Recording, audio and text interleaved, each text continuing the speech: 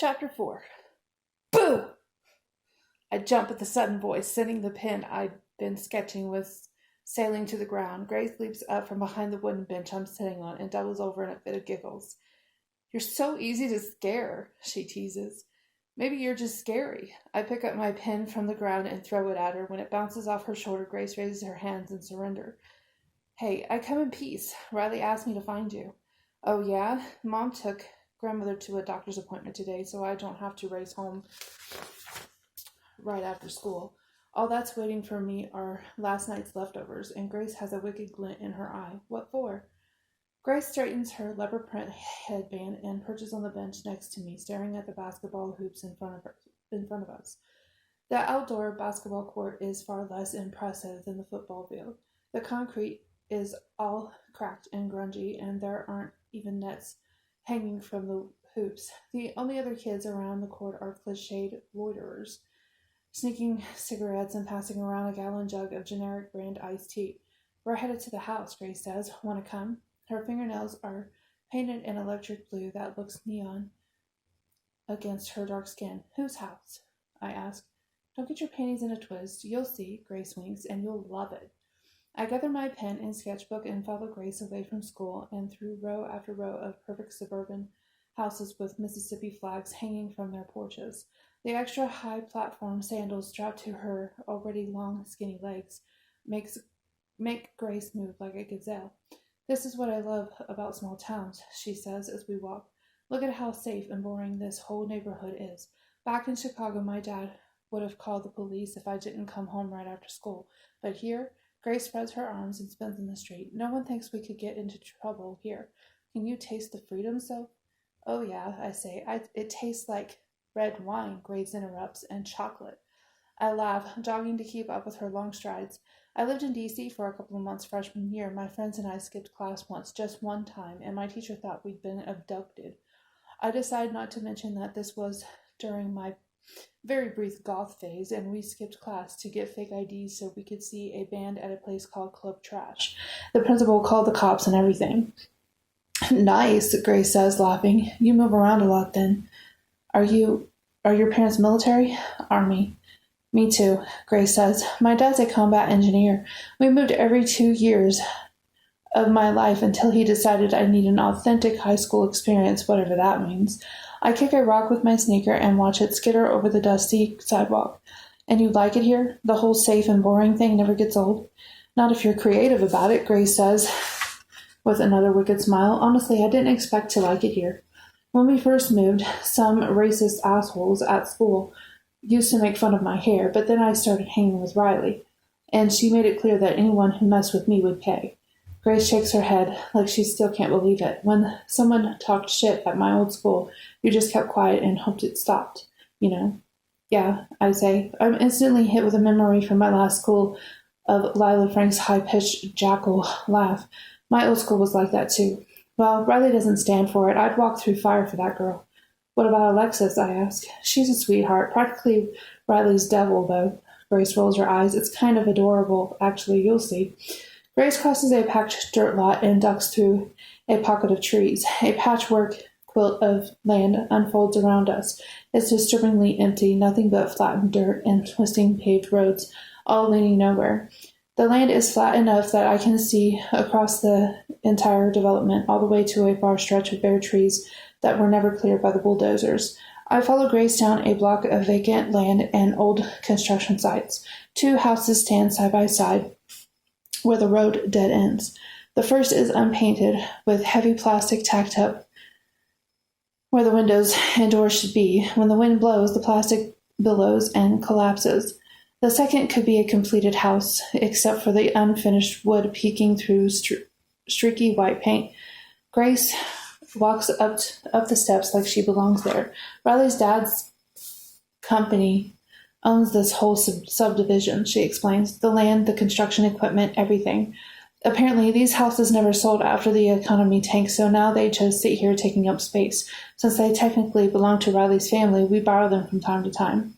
I grin as I follow her up the stairs. An abandoned house surrounded by empty land definitely has the potential to be not boring. I hear other teenagers have to hang out in their bedrooms. Poor teenagers, Grace says. She hesitates on the porch. Almost forgot. Don't mention Josh unless Riley brings him up. I frown, suddenly lost. Wait, who? Grace pauses, her hand pressed against the door. Josh is Riley's boyfriend. They got into this huge fight after lunch, and now Riley's all pissed at him. That's why we're doing this. Riley needed a girls' night. Got it. No Josh, I say.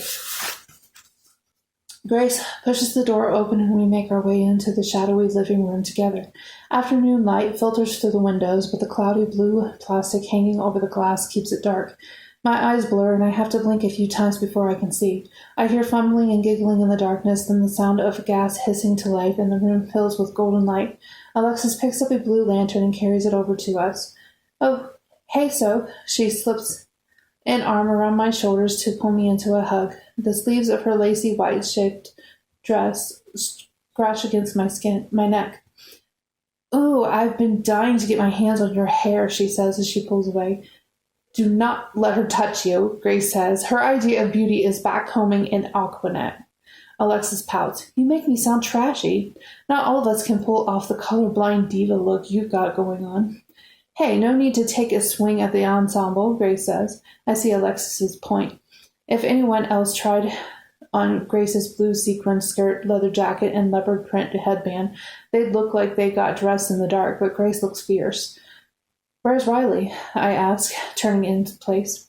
Sleeping bags and pillows are scattered across the living room, and an upside-down milk crate acts as a side table, holding a Bible and an empty wine bottle. Cutouts of boys from magazines and postcards of old European churches cover the walls, along with hundreds of pictures of Riley, Alexis, and Grace. I pull back the corner of a poster torn from a magazine and find a photograph of Riley and Alexis as little girls with long skinny legs and goofy bows in their hair. They're dressed identically. Lexi and I have been friends forever, Riley says. I jump and twirl around. I didn't hear her come up behind me. She's barefoot and wearing a silky kimono-style dress, her curls wild around her shoulders. It's like she got dressed up just for us. You like our wall? It's great, I say, my eyes moving over the pictures. Robert Pattinson's face peeks out from behind photo booth snapshots, movie tickets, and stickers. I snicker. What is this? Grace had this huge crush on him for like a day, Alexis explains, stretching out on the floor, but now she only has eyes for Tom. Shut up, Grace says, launching a pillow at Alexis. Alexis catches it and wedges it beneath her head. Ooh, who's Tom? I ask, and Grace's cheeks redden. He's my boyfriend's older brother, Riley explains. We all met when we were like 7. Grace clears her throat. Excuse me, Riley says. Everyone except for Grace. The rest of us have been hanging at the lake since we were kids, see? Riley leans past me to smooth out a creased photograph of her and Alexis with 2 other guys all lounging in front of a huge house. It's a gray, modern-looking house with steel-toned siding and gigantic floor-to-ceiling windows. Everything about the house looks sleek and intentional. From the Mercedes SUV parked out front to the perfectly trimmed leafy trees dotting the lawn and the long wooden dock, artfully jutting out into a clear, still blue lake. This was at my family's house at Lake Whitney, she explains. I lean in to look at the photograph. Alexis and Riley recline on the grass, tanned and gorgeous in their skimpy bikinis, their hair dried into beachy waves around their shoulders. Sitting between them is the cute boy from the cafeteria. Hey, I know him, I say, pointing to Charlie. He's wearing a damp white t-shirt over his swim trunks, and his messy hair is slicked away from his face, as if he just got out of the lake. I turn back to Riley, but she isn't looking at Charlie. Her eyes are locked on the preppy boy next to him with a cleft chin and hair that hangs shaggily around his neck and forehead. The infamous Josh, I'm guessing. Riley purses her lips and presses her finger over Josh's face so I can only see his polo shirt. Big fight? I ask. I know Grace told me not to mention it, but isn't that what tonight's about? Big enough that I either have to dump the jerk or somehow forget how pissed I am at him. Riley crosses the room, grabbing a half-full bottle of wine from behind a rolled-up sleeping bag. She waves it at me. Guess which I chose. Forgetting by way of wine? I approve, I say. You know we've been together for 3 years, she says. Riley yanks the cork out of the bottle. With her sexy dress and wild curls, she makes a heartache look romantic. We used to be so in love, like Romeo and Juliet. Romeo and Juliet died at the end of that play, Rye, Grace points out. She crouches next to the milk crate and pulls out a bag of caramel corn and a plastic jar of Nutella. Not a great sign. Whatever. Riley lifts the wine bottle to her mouth and drinks deep. This is just a blip. Josh and I are forever. Grace hands me a spoon. You eat it like this, she says. She unscrews the jar and dumps the caramel corn inside, then stirs the mixture with a spoon. It tastes like heaven, seriously. I take a tentative bite. It's salty and sweet and crunchy at the same time. I dig another spoonful out of the jar. The corner of Riley's mouth hitches into a grin. So what's going on with you and Charlie? What? I stick another spoonful of Nutella and caramel corn in my mouth to cover my embarrassment. There's no me and Charlie, I say, swallowing. Oh, please. I saw the way you undressed his photo with your eyes. Riley collapses onto a pile of pillows and lifts the wine bottle to her mouth again. You want him. Does Sophia have a crush already? Alexis asks. It's not a crush, I insist, heat creeping up my neck with every word. I just like his arms. Alexis falls back onto the pillows, laughing, and Grace makes kissy noises at me as I hand over the spoon and Nutella. My, what fabulous taste you have. Charlie's a 10. Riley smooths her dress down over her thighs. I could probably make that happen for you if you wanted. Make that happen? I say, we're not dogs. You can't throw us in a room and hope we mate. Can't I? Riley fixes those pale blue eyes on me, and I immediately realize how wrong I am. Riley clearly gets whatever she wants, no matter how insane it sounds. Wait a second, Grace says. How come I never got this offer with Tom? Tom doesn't know what the hell he wants, Gray. You could do so much better. But Charlie I could work with. Riley pushes herself to her knees and leans forward, brushing the back of her hand against my cheek. And just look at Sophia. Isn't she completely gorgeous? She was made to have someone fall insanely in love with her. My skin tingles where Riley touches it. Her words spark something inside me. I picture Charlie sliding an arm around my shoulders and pulling me close. I feel the heat of his lips against mine, and my body tightens with want. My past boyfriends have always been more of the fumble around in the dark variety. There was never any talk of love. I shake my head, suddenly embarrassed. I'm confused. I thought Charlie was friends with Brooklyn. Riley frowns, staring at me over the top of the wine bottle. Why would you think that? No reason, really. He just said hi to her in the lunch line yesterday. Alexis's lips move as she counts the kernels of popcorn in her hand. That boy is too nice for his own good, she mutters. We all used to be friends, you know, Riley says. Brooklyn, too. I would once again like to point out that this was BG, Grace says, before Grace, otherwise known as the Dark Ages. It's also before Brooklyn started dressing like an Urban Outfitters catalog, Riley adds, fingering the hem of her dress. She used to be really sweet, but once we started high school, she just changed. I think of the way Brooklyn narrowed her eyes at Riley in the cafeteria, aiming an imaginary gun at her head. Why? No one knows. Riley spins the wine bottle with her fingertips, leaving a red ring behind on the floor. She picks it up and passes it to Alexis. Sometimes I wonder if it's a cry for help. Like, maybe God wants us to save her, but we've all tried to talk to her and she won't listen. I think there's just too much history between us. She was even horrible to Grace, Alexis says, passing me the wine bottle, and she barely knows her. She was okay to me, I say. I let the wine roll over my tongue, holding it in my mouth. Really? Grace asks. I shrug. I mean, we didn't paint each other's nails or anything, but she gave me a Band-Aid. Alexis snickers. Can you imagine doing your nails with Brooklyn? I bet every bottle of polish she owns is black. Alexis giggles even harder, but Riley suddenly sits up straight. Wait a second. Maybe you should, she says. There's a manic, excited light in her pale eyes, and she's aiming them right at me. Hang out with Brooklyn, I mean. I don't think she's seen you with us yet. You can find out why she's such a bitch now. You want me to spy on her? I ask. Come on, Rye, don't ask her to do that. Grace throws a piece of popcorn at Riley. It's weird. I guess it does sound like spying. Riley's shoulders slump. Sorry, Soph, I didn't mean it like that. I was just thinking it'd be cool if we could help her. Right, of course, I say, but the idea sticks in my head. I chose Riley and her friends over Brooklyn, and I definitely prefer Nutella and red wine over animal mutilation and locker room seances. So I wonder what Brooklyn's really like. Suddenly, Alexis sits up, dropping the rest of her caramel corn on the floor. Guys, let's do something else, she says, wiping the popcorn dust coating her fingers onto one of the sleeping bags. Sophia is going to think that all we do is sit around and gossip about Brooklyn. Speak for yourself, Grace says. I barely even knew that psycho. Hand me that. Alexis points to the wine bottle I'm still holding and I pass it to her. She takes a deep drink. Okay, so this is a game Ryan and I used to play all the time when we were kids. It's called concentration. Ugh, no, Riley groans, making a face. That game is so stupid, Lexi.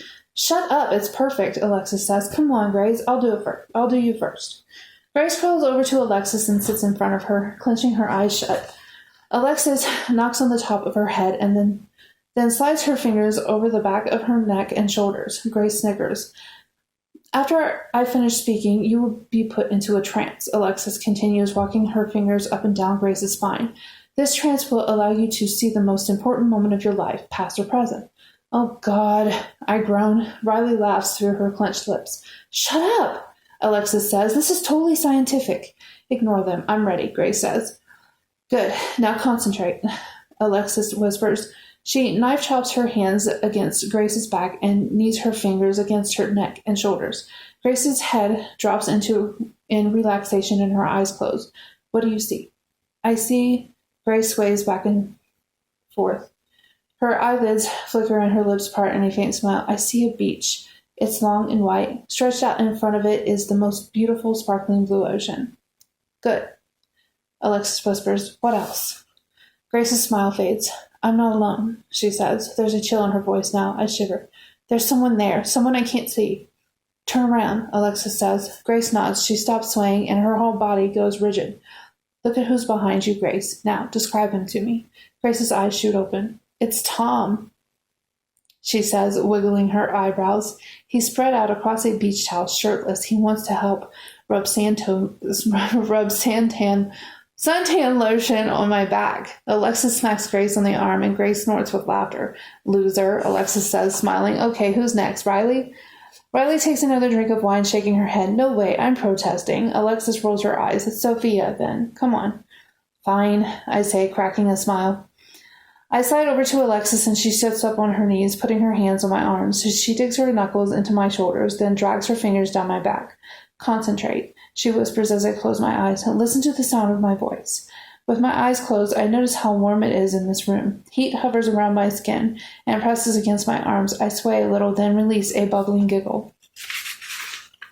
I'm a lightweight. The wine has already made me drunk. Alexis's fingers dig into my back, and I try not to laugh again. It tickles. The other girls have gone silent. I want to open my eyes and see what they're doing, but my eyelids are so heavy. My mind spins. Jesus, how much wine did I have? I'm starting to feel dizzy. Concentrate, Alexis repeats, and to my surprise, something does flicker against my eyelids. It's a memory from my old school. Tell me what you see, Alexis says. A sharp elbow jams into my side, and I stumble into a row of cute green lockers. My books fall from my arms and slap against the floor. Whoever elbowed me stickers as he continues down the hallway.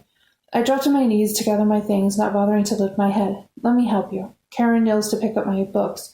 Karen is barely 5 feet tall, with bobbed blonde hair and freckles, the kind of cute pretty that makes her less likely to be a total bitch, unlike all the other cheerleaders at the school. Even so, I'm sure she wouldn't talk to me at all if we weren't lab partners in biology. She hands me my textbook. You excited? She asks as we walk into class and slide onto the rickety wooden stools next to our lab table. The big experiment is today. I roll my eyes. All week, our bio teacher, Mr. Bayer, has been talking about our class experiment like it's this huge event. Really, we'll just be swiping the countertops and trash cans with Q-tips to see if we can collect some germs to grow in a petri dish. Oh yeah, I'm excited. I'm so excited. Karen laughs. Where do you think we'll find the most germs? She asks. She narrows her eyes as she looks around the room, settling on Mr. Bear. How about the gap between Mr. Bear's teeth? Ew, you're probably right. His coffee breath is bad enough to take out a village. Lila swivels around on her stool, leaning her back against the lab table directly in front of us. Karen chokes back the rest of her laughter. What are you laughing at, Greasy? Lila asks. Lila's a senior, a varsity cheerleader, and so far out of my social circle that the only time I see her outside of class is when she's on top of the human pyramid at pep rallies. My cheeks burn and I duck my head. letting my hair swing forward to cover my blushing face. I got the nickname Greasy a couple of months ago when some JV cheerleader in my English class said it looked like I never washed my hair. I wash my hair every day, but my mom's been on this all-natural kick lately. The shampoo she buys is made from avocados, and it weighs my hair down, making it look shiny and clumpy. Careful, Karen, Lila's lab partner, Erin, says, without turning around on her stool. She brushes her own perfect brunette waves back behind one ear. Get close enough to Greasy and you're going to catch whatever she has. Right, Karen says, but when Lila turns back around, she glances back at me. Ignore them, she whispers. She says it quietly, though, and she shoots a glance at Lila and Erin, obviously hoping they don't hear. Sophia, can you hear us? I open my eyes. Riley, Alexis, and Grace are all staring at me. My cheeks burn with embarrassment, and I blink, trying to remember the last thing Alexis said. Well? Grace asks, what did you see? I roll my lower lip between my teeth, the memory still fresh in my head. Riley gives me a quizzical look. Are you okay, Soph? She asks, did you really see something? Yes, I say. Then I grab a stray piece of popcorn from the floor and throw it at Grace. I saw Tom. He said you should apply your own sunscreen. Alexis hoots with laughter. Riley takes the Nutella from her and licks the back of the spoon. She catches my eye and winks. Looks like Sophia fits in better than we thought.